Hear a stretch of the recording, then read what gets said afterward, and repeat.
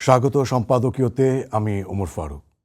16 December মহান বিজয় দিবসে প্রধান উপদেষ্টা ডক্টর মোহাম্মদ ইউনূস জাতির উদ্দেশ্যে দেয়া ভাষণে নির্বাচনের সময়ের ব্যাপারে বলেছেন, মোটা দাগে বলা যায় 2025 সালের শেষ দিক থেকে 2026 সালের প্রথম অংশের মধ্যে নির্বাচনের সময় নির্ধারণ করা যায়। এর প্রতিক্রিয়ায় বিএনপি মহাসচিব মির্জা ফখরুল ইসলাম আলমগীর বলেছেন, প্রধান উপদেষ্টা যে সময়ের কথা বলেছেন তা বিএনপির কাছে যৌক্তিক মনে হয়নি। তিনি আরও জানান, বিএনপি আশা করেছিল প্রধান উপদেষ্টা সুনির্দিষ্ট একটা সময়ের মধ্যে রোডম্যাপ দেবেন। জামায়াতের আমির ডাক্তার শফিকুর রহমান বলেছেন, সংস্কার ছাড়া সুষ্ঠু নির্বাচন সম্ভব নয়। জাতীয় নাগরিক কমিটির আহ্বায়ক মোহাম্মদ নাসিরুদ্দিন পাটোয়ারি গণমাধ্যমকে বলেছেন, আগে জুলাই গণহত্যা ও শেখ হাসিনার বিচার, নির্বাচন পরে হতে হবে। সাম্প্রতিক বিষয় নিয়ে আমাদের আজকের সম্পাদকীয় নির্বাচনের রোডম্যাপ। আর এ নিয়ে আলোচনার জন্য স্টুডিওতে উপস্থিত আছেন মোহাম্মদ হারুনুর রশিদ, বিএনপি চেয়ারপারসনের উপদেষ্টা, এবং আছেন গণ অধিকার পরিষদের সভাপতি নুরুল হক নূর। দর্শক, আপনারাও এই আলোচনায় অংশ নিতে পারেন। এজন্য আপনাদের ফোন করতে হবে টেলিভিশনে দেখানো নম্বরে। এছাড়া ফেসবুকের মাধ্যমেও আপনাদের মন্তব্য এবং প্রশ্ন রাখতে পারছেন। আমরা আলোচনা শুরুর আগে দেখে নিচ্ছি প্রধান শিরোনামগুলো। উপদেষ্টা হাসান আরিফের জীবনাবসান। মিশর থেকে ফিরেই হাসপাতালে ছুটে গেলেন প্রধান উপদেষ্টা। ধানমন্ডিতে অংশ নিলেন জানাজায়।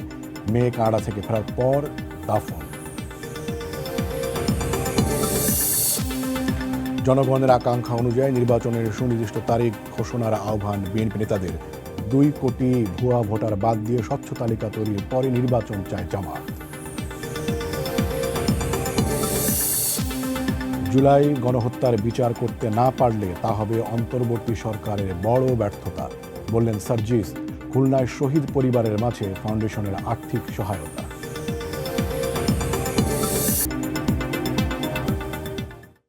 আপনাদের দুজনকেই স্বাগত জানাচ্ছি আমাদের আজকের আলোচনায়। হারুন ভাই, আপনাকে দিয়েই শুরু করতে চাই।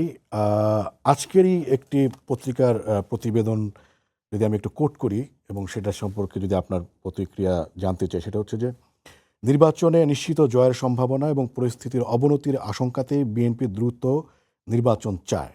অন্য দলগুলোর এককভাবে জয়ের সম্ভাবনা ক্ষীণ বলেই ভোটের জন্য তাড়াহুড়া কম। জি, ধন্যবাদ। আজকের এই আলোচনায় আমাদের সময় টিভির দেশ বিদেশের সকল দর্শকবৃন্দ, আজকের সহ-আলোচক নূর সহ সময় টেলিভিশনের সকলকে শুভেচ্ছা জানাচ্ছি। অনেকদিন পর সময় টেলিভিশন আজকের আলোচনায় আমি অংশগ্রহণ করতে পারার জন্য শুকরিয়া। আলহামদুলিল্লাহ। আজকে গণমাধ্যমে বা আপনার ইলেকট্রনিক্স মিডিয়ায় বিভিন্ন ধরনের মন্তব্য আসতে পারে। নির্বাচন এটা জনগণের এখন অন্যতম দাবি। গত জুলাই আগস্টের মধ্য দিয়ে যে নতুন পরিবর্তনের যাত্রা আমরা শুরু করেছি, এটা দেশবাসী সকলেই জানে যে গত 15-16 বছর বাংলাদেশের যে ভয়াবহ একটা পরিস্থিতি তৈরি হয়েছিল, বাংলাদেশে সকল সেক্টরই, অর্থনৈতিক সেক্টর বলেন, আমাদের রাজনৈতিক অঙ্গন বলেন, আইন অঙ্গন বলেন, সমস্ত জায়গাতেই যে একটা সাংঘাতিক বিপর্যয়কর অবস্থা তৈরি হয়েছিল, সেই অবস্থার সংস্কার প্রয়োজন, সে অবস্থার পরিবর্তন প্রয়োজন। এ ব্যাপারেও জাতীয় ঐক্যমত রয়েছে। বাংলাদেশে বর্তমানে যে সামাজিক, রাষ্ট্রীয় বিভিন্ন জায়গায় একটা অস্থিরতা বিরাজমান, এবং এর প্রধান অন্যতম কারণ হচ্ছে যে রেখে যাওয়া ফ্যাসিবাদী শাসক গোষ্ঠীর যে প্রশাসনিক কাঠামো, বিচার বিভাগের কাঠামো, আইন প্রয়োগকারী সংস্থাগুলোর কাঠামো, এখনও কিন্তু পুরোপুরি সেগুলো সংস্কার বা পরিবর্তন এখনও করা সম্ভব হয়নি। সেসব ক্ষেত্রে যে কারণে আপনি এখানে র্যাব নিয়ে তো ব্যাপক প্রশ্ন রয়েছে। বিগত সময়ে বাংলাদেশে যে সমস্ত গুম এবং বিচার বহির্ভূত হত্যাকাণ্ড সংঘটিত হয়েছে, এই ক্ষেত্রে সবচেয়ে যেটি গুম কমিশনের প্রতিবেদন এসছে, সেইখানে দেখা যাচ্ছে র্যাব এবং ডিজিএফআইয়ের সদস্যরা এই অপরাধের সাথে সবচেয়ে বেশি জড়িত। এর পরবর্তীতে আপনার পুলিশও কিছু অংশ জড়িত, এবং পুলিশ যে বেপরোয়া ভূমিকা অবতীর্ণ হয়েছিল, সেই জায়গা থেকে ওই বাহিনী আবার নতুন করে দায়িত্ব নিতে হয়েছে। অনেকেই পলাতক রয়েছে, অনেকেই চাকরি ছেড়ে পালিয়ে গেছে। প্রশাসনের মধ্যেও একটা অস্থিরতা বিরাজ করছে, এই কারণে যে প্রশাসনের মধ্যে প্রত্যাশা ছিল যে যা গত 15 বছর যারা বেনিফিশিয়ারি, যারা রাষ্ট্র কাঠামোগুলোকে সত্যিকার অর্থে ধ্বংসের ক্ষেত্রে শেখ হাসিনার অন্যতম সহযোগী ছিল, এখনও তারা কিন্তু বিভিন্ন জায়গায় এখনও বিদ্যমান রয়েছে। যার ফলশ্রুতিতে এই পরিবর্তনের সঙ্গে যারা, আন্দোলনের সঙ্গে যারা 15 বছর জড়িত, সর্বসেক্টরই, তাদের মধ্যে কিন্তু একটা হতাশা বিরাজ করছে। এটা মানে আপনারা যদি সাংবাদিক হিসাবে এটা এই ব্যাপারে সচিবালয়ে যান বা বিভিন্ন অধিদপ্তরে যান, দেখবেন যে এটা এখনও একটা বিদ্যমান রয়েছে।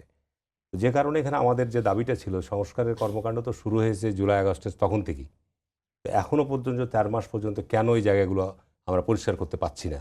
এই দুর্বলতাটা কোথায়? সমস্যাটা কোথায়?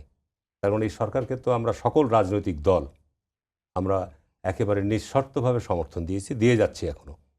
কিন্তু এই যে আজকে যে স্থবিরতা বলেন, দ্রব্যমূল্যের ঊর্ধ্বগতি বলেন, বা সমাজে অস্থিরতা বিশৃঙ্খলাগুলো বলেন, এগুলোর জন্য কিন্তু এই সমস্ত কারণ অন্যতম দায়ী। একটা নির্বাচিত সরকার আর একটা হচ্ছে জনসমর্থিত আপনার সমর্থিত সরকারের মধ্যে কিন্তু মৌলিক পার্থক্য আছে। একটা নির্বাচিত সরকার যখন প্রতিষ্ঠিত হবে, তার উপর সুনির্দিষ্ট যে দায়িত্বগুলো রয়েছে রাষ্ট্রে, সেগুলো কিন্তু সঠিকভাবে দায়িত্ব পালন করার দায়িত্ব বর্তাবে। এদের এখন তো এই সরকার, আমি বলবো যে দুর্বল সরকার এই কারণে যে জবাবদিহিতার জায়গাটা খুব দুর্বল। এখানে আজকে জাতীয় সংসদ ভবন, জাতীয় সংসদ নাই, আপনার উপজেলা পরিষদ নাই, পৌরসভাগুলো নাই, আপনার সিটি কর্পোরেশনগুলো নাই, ইভেন আপনার ইউনিয়ন পরিষদের শতকরা 90% হচ্ছে সেই বিতর্কিত নির্বাচনের দ্বারা নির্বাচন। তারা 5ই আগস্টের পর প্রায় 70-90% তারা অনুপস্থিত ছিল দীর্ঘ সময়, এবং সেটাও দাবি ছিল যে সেই পরিষদগুলো ভেঙে দেওয়া হোক। এখন ধরো যে এইটা যদি এত দীর্ঘায়িত হয়, নির্বাচনের যে একটা ঘোষণা দিয়েছেন, অস্পষ্ট ঘোষণা মাননীয় প্রধান উপদেষ্টা, যে 25 সালের শেষ দিকে অথবা সংস্কার কাজ যদি শেষ হতে সময় লাগে প্রথমার্ধে 26 সালের, এই যে দীর্ঘ সময় দেওয়ার ফলে উনি বলছেন যে মানে প্রত্যাশিত সংস্কার যদি হয় তাহলে আরো 6 মাস লাগবে। আরও 6 মাসের কথা আমার ধরে নিচ্ছি যে আপনার জুলাই। হারুন ভাই, মানে যেটি মানে জাতীয় নাগরিক কমিটি যে প্রশ্নটি বিএনপির উদ্দেশ্যে রেখেছে, সেটি হচ্ছে যে বিএনপি কি সংস্কার এবং বিচারের আগেই নির্বাচন চায় কিনা। ওনারা বলছেন যে জুলাই গণহত্যা, শেখ হাসিনার বিচার এবং হচ্ছে ফ্যাসিবাদীদের বিচার, এটা দৃশ্যমান হতে আমি হবে আপনাকে তারপরে। বলতে চাই, জন অধিকার একটা নতুন সংগঠন, ঠিক আছে না? জি তাদের জনভিত্তি অবস্থান এগুলো আপনার ভাবতে হবে। জি। আমি এটার সাথে বিতর্ক করবো, এর সাথে তো আমাদের কোনো দ্বিমত নেই। জাতীয় নাগরিক কমিটি, জি জাতীয় নাগরিক আমার এর সাথে তো আমাদের কোনো বিতর্ক নাই। শেখ হাসিনার বিচার হতে হবে, তার দোষরদের বিচার হতে হবে, এটা নিয়ে তো আমাদের কোনো দ্বিমত বা বিতর্ক নাই। অবশ্যই বিচার হতে হবে, অবশ্যই। কিন্তু বিচার প্রক্রিয়া তো আপনি ইচ্ছা করলে দ্রুত আইন ট্রাইব্যুনালও যদি গঠন করেন, সে বিচার প্রক্রিয়া শেষ হতে মিনিমাম কয়েক বছর লাগবে। তো সুতরাং এটা নিয়ে আমাদের কোনো বিতর্ক, এটা চলমান প্রক্রিয়া থাকবে। এবং এইটা আপনার আমাদের জাতীয় ঐক্যমতের জায়গায় তো আমরা এখন অবস্থান করছি, যে আপনার শেখ হাসিনা সহ তার দোষরদের বিচার অবশ্যই হতে হবে। যারাই ক্ষমতায় যাক না কেন, ক্ষমতায় গিয়ে যদি এদেরকে মাফ করার কেউ প্রচেষ্টা নেই, জাতি সেটাকে গ্রহণ করবে না। এত বড় রক্তপাত, এত বড় আপনার গুম, বিচার বহিত হত্যাকাণ্ডের পরে তাদের বিচার হবে না বাংলাদেশে, তাহলে বাংলাদেশ জীবনও ঠিক হবে না। সুতরাং জাতীয় নাগরিক কমিটি যে প্রস্তাব করছে, দাবি জানাচ্ছে, সেটার সাথে আমাদের কোনো দ্বিমত নাই। কিন্তু কোনো অবস্থাতেই সেটা শর্তযুক্ত করা যাবে না। আপনি নিশ্চয়ই লক্ষ্য করেছেন যে শেখ হাসিনা 15 বছর একটা কমন স্লোগান ছিল, উন্নয়ন না গণতন্ত্র। 15 বছর এই স্লোগান দিয়ে গোটা রাষ্ট্র কাঠামোকে সে ধ্বংস করে গেছে।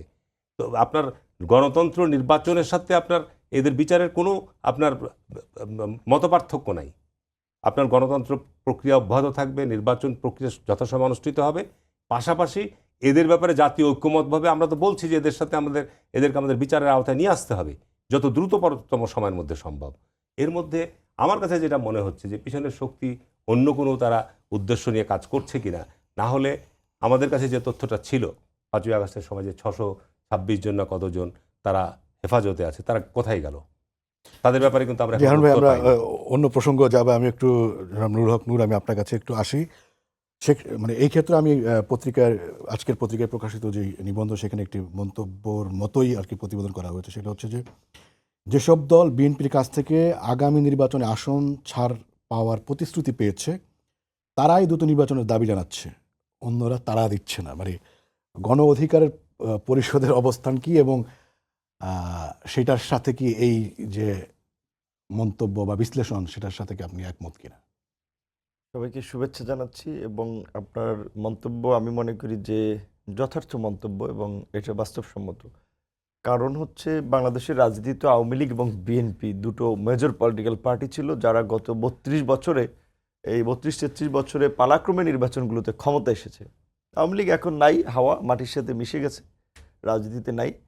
এখন বিএনপি এই মুহূর্তে যদি ইলেকশন দেয়, স্বাভাবিকভাবেই সম্ভাবনা থাকে, শতভাগ কোনো কিছুই আমরা বলতে পারি না যে বিএনপির একটা ক্ষমতা আসার সম্ভাবনা আছে।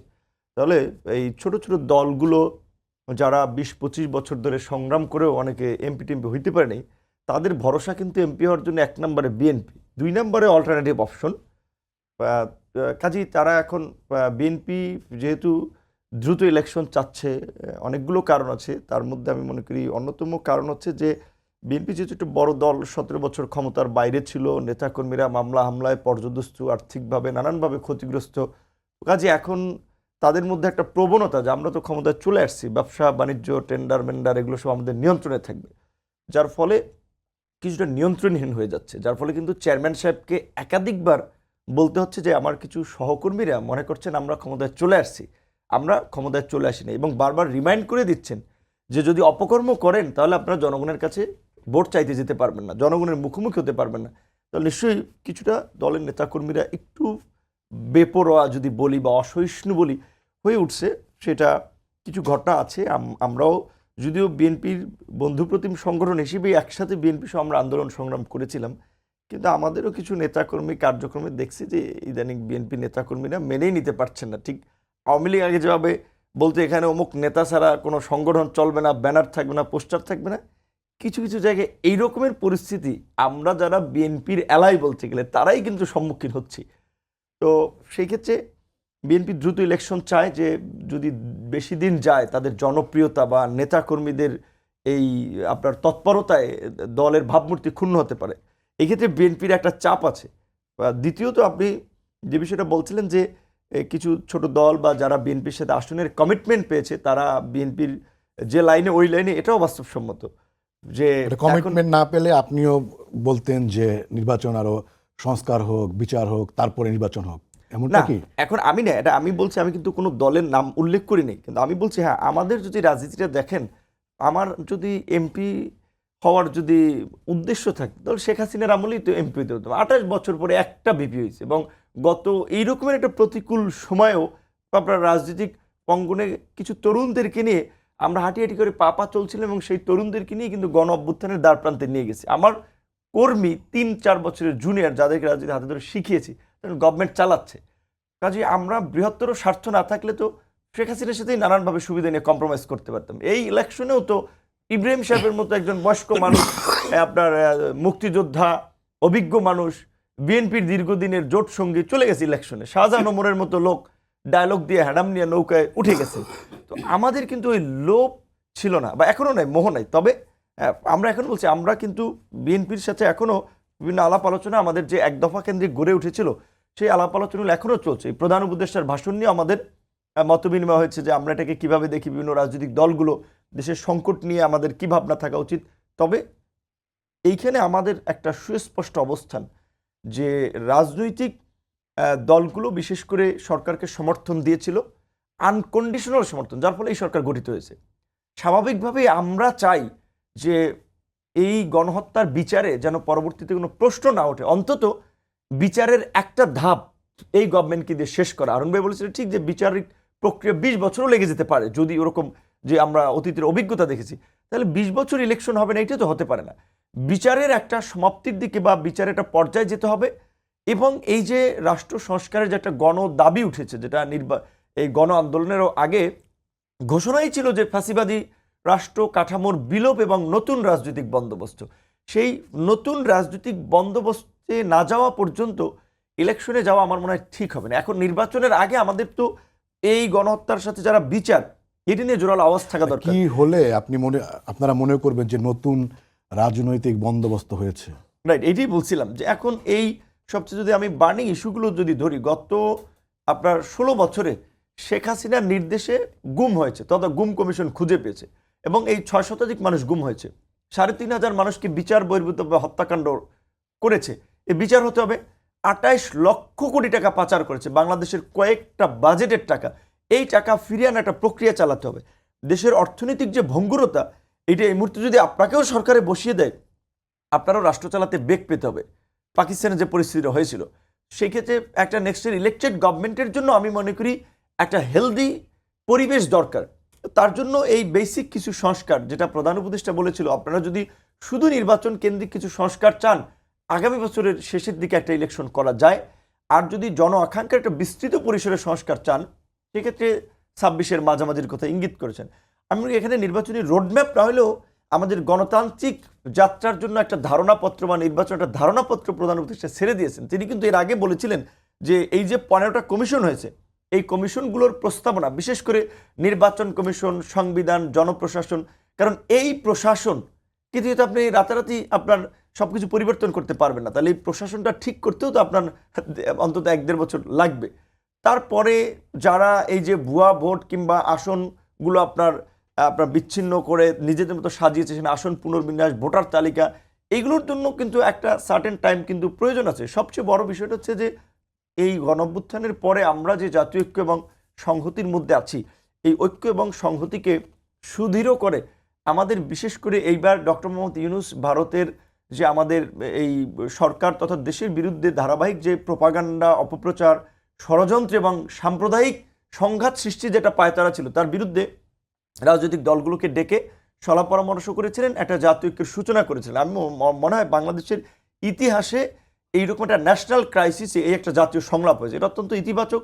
এই ধরনের আগামীর সমস্যাগুলোতেও আলাপ আলোচনা করে একটা সমাধানের পথে যেতে হবে। এখানে নির্বাচনের জন্য যদি খুব আমরা চাপাচাপি করি, তাড়াতাড়ি করি, সেটা আমাদের কারোর জন্যই ভালো হবে না। দ্রুত একটা ইলেকশন হয়ে গেলে আমি বলছি আপনি দায়িত্ব পেলে আপনিও খুব ভালোভাবে দেশ চালাতে কিন্তু পারবেন না। আর বিশেষ করে প্রফেসর ইউনূসের মতো একজন ব্যক্তি, এটা একটা অ্যাসেট আমাদের জন্য উনি। সো সেইটাকে যদি আমরা দেশের কাজে কিছুটা ব্যবহার করে দেশকে এগিয়ে নিয়ে যেতে পারি, কিন্তু আমাদের সকলের জন্যই লাভ। তবে এটাও ঠিক যে 4 মাসে সরকারের যা পারফরমেন্স, সেটাতে অন্তত দেশের অধিকাংশ মানুষকে হতাশ করেছে, উদ্বিগ্ন করেছে এবং উৎকণ্ঠায় ফেলেছে যে 4 মাসই এই বছর খানেক থাকলে কিংবা বছর 2 থাকলে কোন জায়গায় নিয়ে ঠেকে। তবে এটাও ঠিক আমার এই রকমের একটা অস্থির সময়, এইরকম একটা অগোছালো অস্থির পরিস্থিতিতে 4 মাসও কিন্তু পর্যাপ্ত সময় না একটা সরকারকে মূল্যায়ন করার জন্য। একটু সময় তো লাগবে তাদের গুছিয়ে উঠতে, বোঝার জন্য। একজনও তো নাই যে এই ক্যাবিনেটে যারা আগে মিনিস্ট্রি চালাইছে, তারা দিচ্ছেন আপনি 3টা, তারা দিচ্ছেন 2টা। তো একটু হজবরলা বা একটু কিছু সময় লাগতেছে, কিন্তু আমার মনে হচ্ছে যে আমরা যদি সবাই সহযোগিতা করি এবং 1-1.5 বছর তারা নির্বিঘ্নে জাতীয় ঐক্যমতের ভিত্তিতে ক্ষমতায় থাকতে পারে, তাহলে অনেকগুলো সংস্কার এবং পরিবর্তন করতে পারবে, যেটা পরবর্তী নির্বাচিত গভর্নমেন্টের জন্য ভালো হবে। আপনার মতে কি, মানে 26-এর প্রথমার্ধ পর্যন্ত মোটামুটি সহনীয় সময় আপনার জন্য? না, আমি ব্যক্তিগতভাবে বলি আজকে না, আমি 1 বছর আগে শেখ হাসিনার আমলেও বলেছিলাম, সেই প্রোগ্রামে আমাদের দলের প্রতিষ্ঠা বার্ষিকী, সেখানে আমির খসরু মাহমুদ চৌধুরী ভাই ছিল, অন্যান্য রাজনৈতিক দলের নেতা ছিল, যে আমাদের দলের একটা অবস্থান আমি বলেছিলাম যে ওই সময় যে ক্রাইসিসে আমরা মনে করি যে 2 বছরের জন্য একটা জাতীয় সরকার দরকার, জাতীয় ঐক্যমতের সরকার দরকার। আর এই সরকারটা তো এক প্রকারের যে প্রক্রিয়া গঠিত হয়েছে, এটা তো শুধুমাত্র একটা নির্বাচন কেন্দ্রিক ইন্টারিম গভর্নমেন্ট, তত্ত্বাবধায়ক সরকার সেরকম না, একটা বিগ ক্রাইসিসে গঠিত হয়েছে এবং সব দল তাদেরকে সহায়তা করছে। এবং নির্বাচন নিয়েও কিন্তু এই যে জামাতের আমিরও কিন্তু বলছে যে সংস্কার না ছাড়া নির্বাচন হলে সে অর্থ হবে না। সেক্ষেত্রে অলরেডি কিন্তু একটা ডিভিশন কিছুটা লক্ষ্য করা যাচ্ছে। তো আমার মনে হয় যে অন্তত প্রধান উপদেষ্টা তো 26-এর যদি আপনার জুন পর্যন্ত ধরেন, তাহলে আর 1.5 বছর গেছে, 4 মাস। তাহলে আমি যেটা 2 বছর আগে বলছি, শুরুতেও বলছি, অন্তত 2 বছরের জন্য আমাদের ঐক্যমতের ভিত্তিতে এই সরকারকে সব ধরনের সহযোগিতা করা দরকার এবং টাইম বার দিয়ে দেওয়া উচিত যে 2 বছরের মধ্যে যেন তারা ইলেকশন করে, তাহলে গভর্নমেন্ট স্মুথলি ওইদিকে যেতে পারবে, বিদেশিরাও আস্থা পাবে এবং দেশের মধ্যেও একটা স্থিতিশীল পরিবেশ ফিরে আসবে। যে আমি নিশ্চয়ই আপনার কাছে আবারও ফিরবো। হারুন ভাই, মানে বিএনপি কি সুনির্দিষ্ট মানে কোনো রোডম্যাপ দিয়েছে বা প্রত্যাশার কথা জানিয়েছে? এর পাশাপাশি যে প্রসঙ্গগুলো এসেছে, যে এই যে দ্রুত নির্বাচনের যে লড়াই, সেই লড়াইয়ে কি বিএনপি একা? না, নির্বাচনের লড়াই এখানে নয়। বিএনপি নির্বাচন এখানে স্বাভাবিক কারণে বাংলাদেশে গত 50 বছর 53 বছরে দুটো রাজনৈতিক দল নির্বাচনে প্রতিপক্ষ হিসেবে প্রতিদ্বন্দ্বিতা করেছে, বিএনপি এবং আওয়ামী লীগ। এবং আওয়ামী লীগের বিগত কর্মকাণ্ডের কারণে এখন আওয়ামী লীগ মানে বলা যায় যে নিশ্চিহ্ন, এবং তারা এই মুহূর্তে নতুন করে আর আবির্ভাব হওয়ার কোনো সুযোগ নেই, সম্ভাবনা নাই। তাহলে স্বাভাবিক কারণেই এখানে আপনার জাতীয়তাবাদী দলের প্রতি মানুষের বিশ্বাস, আস্থা, এবং তারা গত 15-16 বছর যাবৎ দেশে গণতন্ত্র ফিরিয়ে আনার জন্য, আইনের শাসন ফিরিয়ে আনার জন্য লড়াই করেছে। বহু মানুষ জীবন দিয়েছে, গুমের শিকার হয়েছে, বহু লক্ষ লক্ষ মামলারও আমরা শিকার হয়েছি। সুতরাং এখানে একটা দায়িত্বশীল রাজনৈতিক গণতান্ত্রিক দল হিসেবে স্বাভাবিক কারণে জনগণের কাছে আমাদের দায়বদ্ধতা আছে, এবং আমরা মনে করি যে নির্বাচন যত দ্রুত সম্ভব হওয়া দরকার। আর এখানে বহু রাজনৈতিক দল নতুন করে সৃষ্টি হতে পারে, তৈরি হতে পারে, তাদের নতুন এজেন্ডা, নতুন দর্শন, নতুন চিন্তাভাবনা তারা জাতির সামনে উপস্থাপন করতে পারে, অসুবিধার কিছু নাই। এখানে আমাদের বর্তমান প্রেক্ষাপটের সময় আমাদের প্রেসের একেবারে স্বাধীনতা নিশ্চিত করতে হবে, মানুষের মানবাধিকার নিশ্চিত করতে হবে। তার জন্যই তো এত আন্দোলন হয়েছে, এত রক্তপাত হয়েছে। এখন এখানে নতুন রাজনৈতিক বন্দোবস্ত কি? আপনার নতুন রাষ্ট্রীয় কাঠামোর কি সংস্কার আমরা করতে চাই, এই বিষয়গুলো কিন্তু যারা বলছি আমরা, তারাকে কিন্তু শুধু বললে হবে না, এ ব্যাপারে সুস্পষ্ট জাতির আপনার স্পষ্ট ব্যাখ্যায় আসতে হবে। তারপরে আপনি এক্ষেত্রে আরও সহজ হবে যে পঞ্চদশ সংশোধনী ইতিমধ্যে হাইকোর্টের আপনার উচ্চ আদালত থেকে বাতিল হয়েছে। তা বাতিল হওয়ার ফলশ্রুতিতে আপনার স্বাভাবিক কারণেই ত্রয়োদশ সংশোধনীটা আপনার পুনর্বহাল হচ্ছে। পুনর্বহাল হচ্ছে, সেখানে অন্তর্বর্তীকালীন সরকারের একটা ব্যবস্থা আছে। নতুন রাজনৈতিক বন্দোবস্ত আপনাদের কাছে স্পষ্ট না বিএনপির কাছে? আমার নতুন রাজনৈতিক বন্দোবস্ত বলতে কী বোঝাতে চাই, তার কারণ এখানে তো আপনার প্রত্যেকটা রাজনৈতিক দলের সুনির্দিষ্ট দর্শন, সুনির্দিষ্ট চিন্তাভাবনা, সুনির্দিষ্ট কর্মসূচি রয়েছে। এবং নতুন রাজনৈতিক বন্দোবস্তটা কী ধরনের, সেই সব ক্ষেত্রে যদি প্রয়োজন মনে করে, সেই ক্ষেত্রে আপনার গণভোটের এখন সুযোগ তৈরি হয়েছে। দরকার হলে আপনি গণভোট নিতে পারেন যে সরকার আপনার এই বিষয় সংস্কার করতে চাই, এই জন্য আমরা 2 বছর সময় চাই, 1 বছর সময় চাই, নিতে পারেন, কোনো অসুবিধা নেই। তাদের জনগণের অভিমতটা দেখেন, কতটুকু দেখেন। আমার এ ব্যাপারে ব্যক্তিগত অভিমত হচ্ছে যে নির্বাচন কমিশন গঠন হয়ে গেছে, নির্বাচন কমিশন কাজ শুরু করেছে। এখন আমাদের প্রধান উপদেষ্টা নির্বাচন কমিশনের সাথে বসে জিজ্ঞাসা করতে পারে যে আপনাদের ভোটার তালিকা হালনাগাদ করা। এক্ষেত্রে আজকে জামাতের আমিরের একটা বক্তব্য শুনলাম যে সে 2 লক্ষ নাকি ভুয়া ভোটার আছে এর মধ্যে, যদি থেকে থাকে তাহলে 2 কোটি বলেছেন সম্ভবত। 2 কোটি, তাহলে এটা সাংঘাতিকভাবে উদ্বেগের। তাহলে আপনার এখানে এই বিষয়গুলো আপনার নির্বাচন কমিশন ভোটার তালিকার হালনাগাদ করার জন্য তাদের 1 মাস সময় লাগবে না, 2 মাস সময় লাগবে না। এখন তো ডিজিটাল প্রযুক্তির যুগ, 12 মাস ভোটার হয়, 12 মাস এনআইডি তৈরি হচ্ছে। এনআইডি তৈরি করার ক্ষেত্রে কোনো বার নাই যে আজকে করা যাবে না, কালকে করা যাবে না। সুতরাং আজকে ভোটার তালিকা হালনাগাদ করার জন্য তাদের কতটুকু সময় লাগতে পারে, আর একটা নির্বাচনী ব্যবস্থা গ্রহণ করার জন্য কতদিন সময় লাগতে পারে। নির্বাচন তো বাস্তবায়ন করবে নির্বাচন কমিশন। সুতরাং এই বিষয়টি আর প্রধান উপদেষ্টাকে জাতির উদ্দেশ্যে ক্লিয়ার করে দেওয়া দরকার, কী বিষয় সংস্কার, কোন বিষয়ে আমরা সংস্কার করব, কি সংস্কারের আমাদের জরুরি। আমরা সংস্কার ব্যাপারে তো আপনারা ইতিমধ্যে দেখেছেন অনেকগুলো কমিশন করেছেন, অনেকগুলো কমিশন করেছে। ইতিমধ্যেই আপনার শ্বেতপত্র একটা প্রকাশিত হয়েছে, সেখানে জনপ্রশাসনের ব্যাপারে শ্বেতপত্রে যে ধরনের তারা প্রস্তাব করেছে, ইতিমধ্যেই জনপ্রশাসনের এই প্রস্তাবের বিরুদ্ধে আপনার জনপ্রশাসনের ডেপুটি কমিশনাররা রাস্তায় মিছিল করছে, তারা প্রতিবাদ করেছে যে এটা আমরা মানি না, এটা মানব না, করতে দেবো না। সুতরাং সংস্কার যারা কর্মকাণ্ড কমিশন গঠন করেছে, যেটা প্রস্তাব সরকারের কাছে আসবে, সেটাই যে আপনার সমস্ত কিছু গৃহীত হবে কথা বলা যাবে না। সংস্কার প্রস্তাবগুলো আসার পর সেগুলো তো রাজনৈতিক দলগুলোর সাথে ঐক্যমতে আসতে হবে, সেটা নিয়ে বসবে সরকার, সেটাও তো বলেছে, আলোচনা করবে যে আমরা এই যেমন সংবিধানের মৌলিক কিছু বিষয় আপনার পরিবর্তন আনতে হবে। ত্রয়োদশ সংশোধনী বাতিল হয়েছে, কিন্তু সংবিধানের কাঠামোটা কী থাকবে? এখন এখানে এক দল কেউ বলতে পারে যে ধর্মনিরপেক্ষতা থাকবে, কেউ বলতে পারে যে না ধর্মনিরপেক্ষতা থাকবে না, কেউ বলতে পারে রাষ্ট্রধর্ম ইসলাম আছে এটা থাকবে না, বলতে পারে, বলার ক্ষেত্রে তো কোনো অসুবিধা নাই। এই ক্ষেত্রে রাজনৈতিক দলগুলো তো সেই ফ্রিডম আছেই, কিন্তু বাস্তব অবস্থার ক্ষেত্রে এদেশের সংখ্যাগরিষ্ঠ মানুষ কি চায়, সংখ্যাগরিষ্ঠ মানুষের চাওয়া পাওয়াটা কী, সেটা কিন্তু আপনাকে আমলে নিতে হবে। এখানে আমলে না নিলে আপনি আবার ভুল করবেন। যে কারণে এখানে আজকে নির্বাচন নিয়ে আমরা অন্যান্য শরিকরা, অন্যান্য দলরা আপনার কি বলছে সেটা আমরা অবশ্যই আমলে নিয়েছি, কিন্তু বিষয়টা হচ্ছে যে আমরা যখন একটা উদ্বেগের মধ্যে থাকি, আতঙ্কের মধ্যে, আমার রাজনীতির বয়স প্রায় 40-45 বছর হয়েছে। আমি এরশাদকেও দেখেছি, ছাত্র যখন আমি ক্ষমতা দখল করার পর 82 সালে 84 সাল পর্যন্ত সামরিক আইন, তারপর আস্তে আস্তে রাজনীতির মাঠ ওপেন করার, তারপর উনি নতুন দল গঠন করলেন, নতুন দল গঠন করে উনি প্রায় 9 বছর দেশ শাসন করলেন। আবার সেটাকে বিদায় করতে ছাত্রদের বহু রক্তপাত করতে হয়েছে। আবার 111 এসছে, 111 সময় নিশ্চয়ই আপনাদের মনে আছে ফখরুদ্দিন মহিউদ্দিনের ক্ষমতা নিয়ে দুর্নীতির বিরুদ্ধে জেহাদ ঘোষণা করলেন এবং বললেন, এবং রাজনৈতিক ব্যক্তিত্বদের চরিত্র হনন পর্যন্ত করেছেন। তারপরে কি হয়েছে? সর্বোচ্চ দুর্নীতিবাজ ব্যক্তিদেরকে ক্ষমতায় বসিয়ে দিয়ে গেছেন উনি, ঠিক আছে না? এখন আমরা লক্ষ্য করছি যে উপদেষ্টা পরিষদের সদস্যরা রাজনীতির সাথে জড়াচ্ছেন এবং তার রাজনৈতিক বক্তব্য দিচ্ছেন, রাজনৈতিক দলগুলোকে বা রাজনৈতিক ব্যক্তিদেরকে হেয় প্রতিপন্ন করার চেষ্টা করছেন যে 53 বছরে যা আমরা সংস্কার করতে 1 বছর সংস্কার করে দেবেন। তার মানে হচ্ছে এই ধরনের বক্তব্য 11 সরকারের সংস্কার সেটা কাজে লাগে না। এই বিষয়গুলো হচ্ছে কি, দেখেন যে বাংলাদেশে যদি রাজনীতিটা ঠিক হয়ে যায় তাহলে বাংলাদেশের শতকরা 95% সমস্যার সমাধান হয়ে গেল। দুর্ভাগ্যজনক হলো সত্য, আমরা 71 সালে স্বাধীনতা অর্জন করার পরও শেখ মুজিব জাতীয় সরকার গঠন করতে ব্যর্থ হয়। শুধু আওয়ামী লীগ তো একা যুদ্ধ করেনি, সকল বাংলাদেশের নাগরিক যুদ্ধ করেছিল।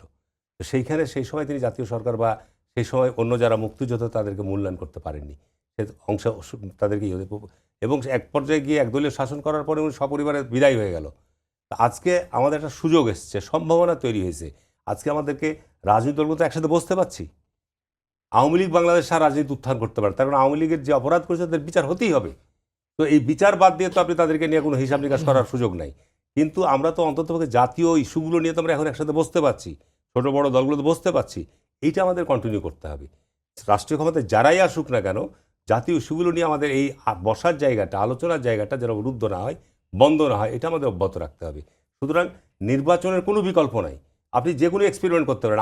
আমার কাছে কেন আশঙ্কা হচ্ছে যে দেখেন আজকে নির্বাচনের সরকারের বিকল্প তো থেকে- কেউ বলছেও না, আজকে ওনারা বলছে সরকারের সময় নিয়ে থেকে- নির্বাচনটা না, হোক। আজকে যে উপদেষ্টা পরিষদ গঠিত হয়েছে, উপদেষ্টা পরিষদকে তো আপনার রাজনৈতিক দল করার বা তাদের ব্যক্তিদেরকে রাজনীতি করার তো কোনো এখানে এখতিয়ার নাই, ও নাই। তারা তো একটা অন্তর্বর্তীকালীন সরকারের দায়িত্ব নিয়েছে। সেই জায়গা থেকে যদি আপনার কোনো বিশেষ গোষ্ঠীকে ব্যাকআপ করা হয়, কোনো গোষ্ঠীকে সহায়তা দেওয়া হয়, তাহলে এখানে কিন্তু একটা সন্দেহের তৈরি হবে কিনা বলেন? আজকে যদি এই ক্ষমতাসীনদের জায়গা থেকে নতুন রাজনৈতিক দল করে মানে অন্তর্বর্তী সরকারের ছত্রছায়া পৃষ্ঠপোষকতায় যদি রাজনৈতিক দল হচ্ছে। কিংস পার্টি যদি কেউ করতে চায় বা সন্দেহ তৈরি হয় যে এরা রাষ্ট্রীয় পৃষ্ঠপোষক এদের পিছনে আছে, জনগণ মেনে নেবে? কোনো অবস্থাতেই মেনে নেবে না। আজ নূর যেটা বললো যে বিভিন্ন জায়গায় আজকে বিভিন্ন ধরনের বিচ্ছিন্ন ঘটনা ঘটছে বা বিভিন্ন ধরনের ঘটনা ঘটছে, কারণ আমাদের মানুষের মধ্যে তো একটা অসহিষ্ণু পরিবেশ বিদ্যমান। কারণ আমরা গত 15 বছর আইনের শাসনের মধ্যে ছিলাম না, মানুষের অন্যায় হয়েছে। আপনি নিজেই আপনার এই টকশোতে অনেক এসেছে, আমি কথাও বলেছি, বাংলাদেশে গত 15 বছর যে সমস্ত আপনার জঙ্গির নাটক সাজানো হয়েছে, আজকে আপনাকে আমি সবাই টিভিতে বলে যাচ্ছি, আপনি একটা যদি প্রমাণ করতে পারেন, একটা, যেই জঙ্গির ঘটনাগুলো সত্যতা আছে, আমি আমার দায়িত্ব নিয়ে আপনাকে বলছি, আমার নির্বাচনী এলাকায় আমার জেলাতে 2টো এরকম অপারেশন হয়েছিল, একেবারে ডাহা মিথ্যা। তো এই যে আপনার গত 15 বছর এই সমস্ত অপরাধ যারা করেছে তাদেরকে তারা পালিয়ে গেছে, এখন তাদেরকে বিচারের আওতায় আনতে হবে না? এই ব্যাপারে কেউ কম্প্রোমাইজ করবে? এই 15 বছর তারা এই সমস্ত অপপ্রচার চালিয়ে বিরোধী দল মানিত আপনার সরকারের শত্রু, এরকম একটা পরিবেশ তৈরি করছে। আমরা তো এই জায়গায় যেতে চাই না, যে কারণে আপনার এখানে গণতন্ত্র বা নির্বাচনের কোনো বিকল্প নাই। সরকার আপনার আগামী 26 সালের জুন পর্যন্ত সময় চাই।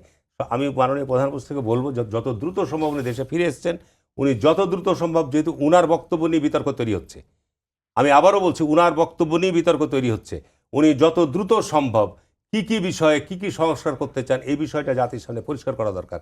এবং আপনি জানেন যে সমস্ত সংস্কার কমিশন কাজ করছে, সংস্কার রিপোর্ট যাই আসুক না কেন, সেটি যে এটা একটা প্রস্তাব, এটা একটা প্রস্তাব, পরামর্শ জাতির সামনে উপস্থাপন করা হবে। সেটা তো একটা প্রক্রিয়ার ভিতর দিয়ে যেতে হবে, সেটা সময় লাগবে।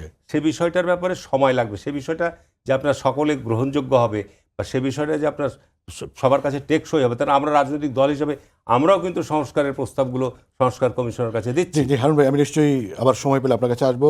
নূর ভাই, আমি আপনার কাছে আসি, সেটি হচ্ছে যে মানে নতুন রাজনৈতিক বন্দোবস্ত আপনাদের কাছে স্পষ্ট কিনা, বা হচ্ছে ফ্যাসিবাদী ব্যবস্থার বিলোপ, ফ্যাসিবাদী ব্যবস্থাটা কি হলে বিলোপ হবে, সেই বিষয়গুলা স্পষ্ট কিনা যারা এই দাবিগুলো তুলছেন? না, অবশ্যই আমরা গত এই 15 বছর ধরে বাংলাদেশে গণতন্ত্রের নামে একটা নিয়ন্ত্রিত কার্যত আসলে স্বৈরতন্ত্র এখানে প্র্যাকটিস করা হয়েছে।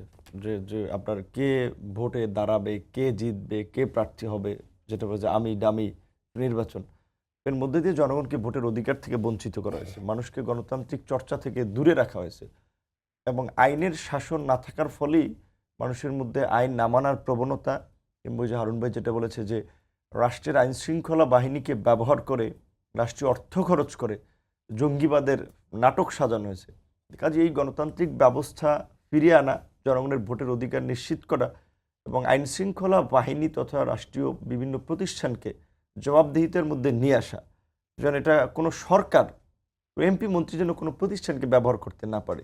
বিচার বিভাগের স্বাধীনতা নিশ্চিত করা, আমাদের বিচার বিভাগের যে বিদ্যমান সিস্টেম, কারণ কোর্টের যে 15 সংশোধনী বাতিল হয়েছে, ওই রেফারেন্সের কথা উল্লেখ করেছে, এই আদালতই তো আবার সেটাকে বৈধতা দিয়েছিল।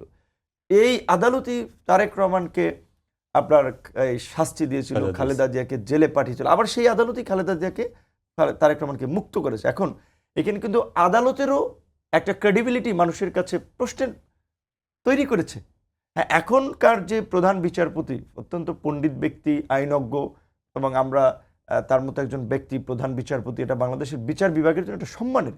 অন্যান্য অনেক ভালো লোকেরাও বিচারপতি হিসেবে নিয়োগ পেয়েছেন, কিন্তু গত 15 বছরের যে প্র্যাকটিস, রাতারাতি কিন্তু আদালতের প্রতি মানুষের ওই আস্থাটা ফিরে আসবে না।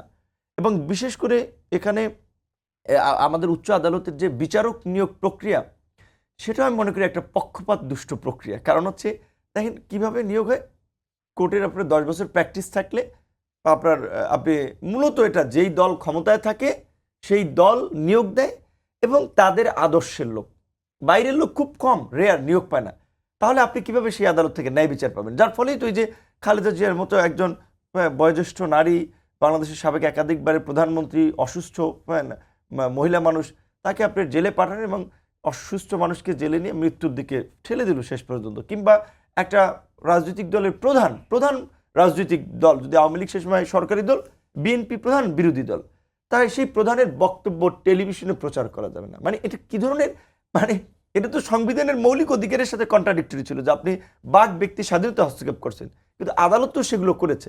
সুতরাং ওই যে আপনি দলদাস ব্যক্তিদেরকে, দলীয় অনুগত ব্যক্তিদেরকে যদি বিচারক এই প্রক্রিয়া যদি নিয়োগ দেন, এর চেয়ে ভালো কিছু তো হবে না। তাহলে বিচার বিভাগের একটা স্বাধীনতা নিশ্চিত করতে হবে। গণমাধ্যম, আপনি টকশো চালিয়েছেন, আপনার প্রতিষ্ঠানের ভালো অভিজ্ঞতা আছে। টকশো থাকাকালীন সময়ে ডিজিএফআই এনএসআই থেকে ফোন দিয়েছে যে এই প্রশ্ন করা যাবে না, অমুক ব্যক্তিকে পরের দিন ডাকা যাবে না।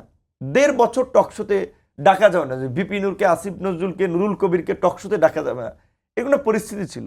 তো এই যে আমরা গণমাধ্যমের স্বাধীনতার কথা বলি, এই রকমের স্বাধীনতা ছিল। তো আমরা চাই না গণমাধ্যম এই দ্বিতীয় মুক্তি সংগ্রামের পরে আবার একটা দল ক্ষমতা আসলে তারা এইভাবে নিয়ন্ত্রণ করবে। কিন্তু এই গত 4 মাসের যা লক্ষণ, গণমাধ্যম খুব বেশি পরিবর্তন হয়েছে, হয় নাই। আদালতের খুব বেশি পরিবর্তন হয়েছে, হয় নাই। প্রশাসনের খুব বেশি পরিবর্তন হয়েছে, হয় নাই। প্রশাসন তো এখন বৃষ্টি যেই দিকে ছাতা ওই দিকে ধরে দিচ্ছে, মনে করছে যে BNP is upcoming power party, so তারা তো এখন ওই দিকে লাইন লাগাচ্ছে যে পদায়ন প্রমোশনের জন্য। বিএনপি কি করছে বা না করছে ওইটা যায় না, যে আপনার বিএনপি করা লোক সচিব পর্যন্ত যাইতেই পারে না, জামাতের লোক। এখন তো দেখি সচিব হাই লেভেলের লোকজন সবাই বলে ভাই আমরা বঞ্চিত ছিলাম, বিএনপি করছি, জামাতের লোক অমুক জায়গায় পদধারী, এখন সবাই বিএনপি জামাত হয়ে গেছে। তাহলে এত বছর আপনারা কোথায় ছিলেন? এবং এখনও কিছু কিছু অফিসারদের যে কর্মকাণ্ড, দৃষ্টিভঙ্গি আমি দেখতে পাচ্ছি, ওইটা আওয়ামী লীগ আমলে যা ছিল এখন আবার তাদের সেরকম একটা অবস্থা যে আমরা ধরেন অন্য পার্টি, ছোট পার্টি, দুর্বল পার্টি, আমরা গেলে চা খাওয়াবে, কফি খাওয়াবে, কথা শুনবে, ফোন দিলে হ্যাঁ ভাই দেখতেছি, কাজের বেলায় কোনো রেসপন্স নেই। তো তার মানে প্রশাসন তো ওই যে একটা সিস্টেম বুঝতেছে যে পাওয়ার পার্টিতে লাইন লাগাইতে হবে বিএনপির সাথে। এমনকি আমার মনে হয় যে প্রশাসনের উপরে সরকারেরও কন্ট্রোল নাই। সরকারের যদি কন্ট্রোল থাকতো, এই রকমের একটা অভ্যুত্থানের পরে আপনার আওয়ামী লীগের, যেটা আমি বলছিলাম যে 28শে অক্টোবর বিএনপির আমাদের সহ বিরোধী দলে আন্দোলনের পর নির্বাচন কেন্দ্রিক পর্যন্ত 32,000 বিরোধী দলের নেতাকর্মীকে গ্রেপ্তার করেছিল। এইরকম একটা গণ অভ্যুত্থানের পরেও আওয়ামী লীগের 2832 নেতাকর্মীকে গ্রেপ্তার করতে পারে এমন ব্যর্থ একজন আমি স্বরাষ্ট্র উপদেষ্টা, এমনকি ওবায়দুল কাদের 3.5 মাস দেশে থেকেছেন, তারপরে পুলিশি প্রোটোকলে, আর্মির গাড়ির প্রোটোকলে নাকি তিনি পালিয়ে গেছেন। এবং আমাদের সেনাপ্রধান তো বলছিলেন যে 626 জন আপনার ক্যান্টনমেন্টে তারা আশ্রয় দিয়েছেন। সেই ব্যক্তিরা কারা আজকে পর্যন্ত আপনি নাম জানতে পেরেছেন? বিডিআর বিদ্রোহের হত্যাকাণ্ড নিয়ে তদন্ত হবে না, নাটক চলছিল। যখন এই শহীদ পরিবারগুলো রাস্তায় নামলো, এখন তারা বুঝতেছে না, পার পাওয়া যাবে না, বিচার করতে হবে। তো এই সরকারের যে আপনার বিশেষ করে এই নির্বাচনের প্রতি যদি আমরা চাপ দিতে থাকি, তাহলে তারা কিন্তু তড়িঘড়ি করে গেলে কোনো মতে একটা ইলেকশন দেবে। তাহলে এই যে আমাদের সংস্কার, এই যে বিচারের প্রত্যাশা, এগুলো কিন্তু পূরণ হবে না। এইটাও একটা জায়গায় আপনি বলছেন বা হারুন ভাই বলছিল, এটা একটা বাস্তবতা যে মুক্তিযুদ্ধের পরপর সেই সময় সকলের দাবি ছিল, আবেদন ছিল যে একটা জাতীয় সরকার গঠন করা। শেখ মুজিবুর রহমান সাহেব নিঃসন্দেহে মুক্তিযুদ্ধের একজন অবিসংবাদিত নেতা, অস্বীকার করার উপায় নাই। কাজে এখন পরিবর্তন হয়েছে, তার অবদান অস্বীকার করার কোনো উপায় নেই। আওয়ামী লীগ যা করেছে, ব্যক্তি শেখ মুজিবকে রাজনৈতিক কাল্ট হিসেবে নির্মাণ করতে গিয়ে মানুষের ঘৃণার পাত্রে পরিণত করেছে, সেটার জন্য আওয়ামী লীগ দায়ী। এবং যার ফলে আজকের আওয়ামী লীগ, মানে সরকার তো এর আগে অনেকবার পরিবর্তন হয়েছে। হারুন ভাইরা 15-16 বছর ক্ষমতা থেকে টকশো করেছে, রাজপথে লড়াই সংগ্রাম করেছে। আর দেখেন 16 বছর একটানা ক্ষমতায় থাকার পরে আজকে মুজিব কোট, মানে রাস্তায় গেলে গেলে মুজিব কোট আর মুজিব কোট দেখা যেত, এখন পাগলের গায়েও মুজিব কোট দেখা যায় না। এখন আর মুজিব কোট খবর নাই, আওয়ামী লীগকে খুঁজে পাওয়া যায় না। তো এত বড় দল, তারা এভাবে হাওয়া হয়ে গিয়েছে। তো এই দলের প্রতি মুক্তিযুদ্ধের পরে মানুষের প্রত্যাশা ছিল যে সময় শেখ মুজিবুর রহমানের প্রতি যে একটা জাতীয় সরকার হোক সকলকে নিয়ে, যুদ্ধবিধ্বস্ত দেশকে পুনর্গঠন। আওয়ামী লীগ কিন্তু সে সময় করে নাই। এইবার আমরা খুবই আশ্চর্যান্বিত হয়েছি যে প্রফেসর ইউনূসের মতো একজন ব্যক্তি, যাকে আমরা সবাই আনকন্ডিশনাল সমর্থন দিলাম, এক প্রকারের ব্ল্যাঙ্ক চেক। আমি বিএনপির মহাসচিবের সাথে শুরুর দিকে 2-3 বার কথা বলেছিলাম যে আমরা তো একসাথে আন্দোলন সংগ্রাম করতেছি, তো এই গভর্নমেন্টের মেয়াদ চাপ নিয়ে, জি আপনাদের কি অবস্থান, সে পরিষ্কারভাবে বলেছে ভাই যৌক্তিক সময় আগে সংস্কার হোক পরে নির্বাচন। সে বিএনপি বলেন অন্যান্য অনেক দল বলেন সরকারের প্রতি আস্থা রাখতে পারছে না, কারণ প্রত্যাশা ছিল একটা জাতীয় সরকার হবে, কিন্তু দেখা যাচ্ছে বন্ধু বান্ধব সার্কেল যার যার প্রতিষ্ঠানের সহকর্মীদের নিয়ে একটা সিন্ডিকেটের সরকার হয়েছে, এবং যেই সরকার কার্যত 4 মাসে খুব বেশি সফলতা দেখাতে পারেনি। তো এখন আমরা জানি না ভবিষ্যতে তারা কি করতে যাচ্ছে, কিন্তু আরো কিছুদিন বোধহয় একটু দেখা দরকার, সেই জন্য অপেক্ষায় আছি যে দেখতেছি, যদি না পারে তাহলে তো কিছু করার নাই, বিদায় দিতেই হবে। জি, নুরুল হক নূর, আপনাকে ধন্যবাদ। হারুন ভাই, একদমই মিনিট 2 সময় আছে, আপনি যদি না, আরো কিছু ধন্যবাদ। যোগ এখানে নূর আমাদের অনেক কিছু বলেছে। এখানে বিষয়টা হচ্ছে দেখেন যে এখন আমাদের কাজ করার সময় সরকারের যদি ব্যর্থ হয় এটা আমাদের ব্যর্থতা, তাহলে আমরা সমর্থন দিচ্ছি। সরকারের কর্মকাণ্ড দিয়ে একটা স্পষ্ট জাতির সামনে মেসেজ আসতে হবে যে সরকার এখানে আপনার উদ্দেশ্য এবং লক্ষ্যই হচ্ছে রাষ্ট্রের যে ভঙ্গুর অবস্থা ছিল সেটাকে বিনির্মাণ করে যত দ্রুত সম্ভব, আমরা তো শুরুতেই বলেছিলাম যৌক্তিক সময়, যত দ্রুত সম্ভব নির্বাচনের রোডম্যাপ তৈরি করে দেওয়া। তার কারণ এটা না হলে সর্বসেক্টরই, আমি তো বললাম 40 বছর থেকে আমার এই আমলা বলের প্রশাসনের থেকে চিনি, 40 বছর থেকে এই প্রশাসনিক কাঠামো, আইন শৃঙ্খলার কাঠামো বলে সবার মধ্যে কিন্তু একটা উদ্বেগ আছে, কি হতে যাচ্ছে, কি করবে, কোন দিকে যাবে। যে কারণে নূর যেটা বললো যে এখন হচ্ছে সবাই বিএনপি হয়ে গেছে, কারণ স্বাভাবিক কারণে আমাদের দেশের একটা ট্র্যাডিশন আছে যে আপনার যেদিকে পানি পড়ে সেদিকে মানুষ ছাতা ধরে, এটা বাস্তব। কিন্তু যে কারণে আপনাকে সরকারকে আপনার সুস্পষ্ট, যেহেতু আমরা সমর্থন আপনারা এই ব্যালেন্সটা দিচ্ছি, কিভাবে সহযোগিতা করবেন? দিচ্ছি, আমরা তো জাতীয় সরকার করার ব্যাপারে আমাদের কোনো দ্বিমত নাই, যে যারা আমরা আন্দোলন সংগ্রামে ছিলাম সবাইকে নিয়ে আমরা একটা অংশগ্রহণমূলক একটা সরকার করতে, যেটা তো তারিক সাহেব বহু আগেই আমাদের অ্যাক্টিং চেয়ারম্যান বলে দিয়েছে, সেটা নিয়ে তো আমাদের কোনো এখনও এটা সিদ্ধান্ত কোনো পরিবর্তন হয়নি। আমরা চাচ্ছি যদি এই তত্ত্বাবধায়ক সরকার আপনার এটা ব্যাপারে জাতির সামনে স্পষ্ট মেসেজটা দেয়, তাহলে হবে কি আপনার প্রশাসন, আইন প্রক্রিয়া সংস্থা সকলেই কিন্তু এটা আশ্বস্ত হবে। এখন আপনি সরকারের উপদেষ্টা পরিষদের মধ্যে থেকে এক এক সময় এক এক ধরনের যখন বক্তব্য আসছে, এটি কিন্তু নেশনের মধ্যে একটা বিভ্রান্তি ছড়াচ্ছে, একটা অন্য ভিন্ন মেসেজ নিয়ে যাচ্ছে। আমি মনে করি যে এই জায়গা থেকে আমাদের বেরিয়ে আসতে হবে, এবং নির্বাচন নিয়ে যেহেতু এখন প্রচুর আলোচনা হচ্ছে গণমাধ্যমে, ইলেকট্রনিক্স মাধ্যমে, আমি মনে করি যে সরকারের উচিত হবে যে এই বিষয়ে সংস্কারের রূপরেখাটা কি কি বিষয় পরিষ্কার করে দেওয়া, আর আপনার নির্বাচনের ব্যাপারে সুস্পষ্ট রোডম্যাপ সুনির্দিষ্টভাবে দিয়ে দেওয়া। তাহলে 1/11 সময় কিন্তু আপনার 1 বছর আগে রোডম্যাপ দিয়ে দিয়েছিল যে আমরা ডিসেম্বরে 2008 সালে ডিসেম্বরের মধ্যে নির্বাচন করব। সুতরাং সরকারকে এ ব্যাপারে সুস্পষ্ট কেন 1/11 সময় 2 বছর আপনার এই ইয়ার কথা বলে আপনার থাকতে হয়েছে। 1/11 বাস্তবতা এবারে বাস্তবতা তো ভিন্ন, এবার কমপ্লিটলি ডিফারেন্ট। 1/11 সময় পিছনের শক্তি ছিল ক্ষমতা পরিবর্তনের, আর এবার অ্যাবসলিউটলি কোনো আন্তর্জাতিক শক্তি নাই, কোনো পার্শ্ববর্তী শক্তি নাই। 100% দেশের ছাত্র জনতা এই অবৈধ শাসকদেরকে উৎখাত করে দিয়েছে। তো এখানে আমাদের অন্য কারোর প্রতি কোনো দায়বদ্ধতা নেই। আমরা দেশের প্রতি আমাদের যে দায়বদ্ধতা আছে, আমি মনে করি দেশকে সামনের দিকে এগিয়ে নিয়ে যেতে গেলে যত দ্রুত সম্ভব একটা নির্বাচনী সরকার গঠন মোহাম্মদ করতে হবে। হারুনুর রশিদ এবং নুরুল হক নূর, আপনাদের দুজনকেই অসংখ্য ধন্যবাদ আমাদের স্টুডিওতে এসে আলোচনায় অংশ নেওয়ার জন্য। দর্শক, আপনাদেরও ধন্যবাদ জানাচ্ছি। শেষ করছি আজকের সম্পাদকীয়। আগামীকাল আবারও দেখা হবে রাত 10টায়, দেখার আমন্ত্রণ রইল। শুভরাত্রি।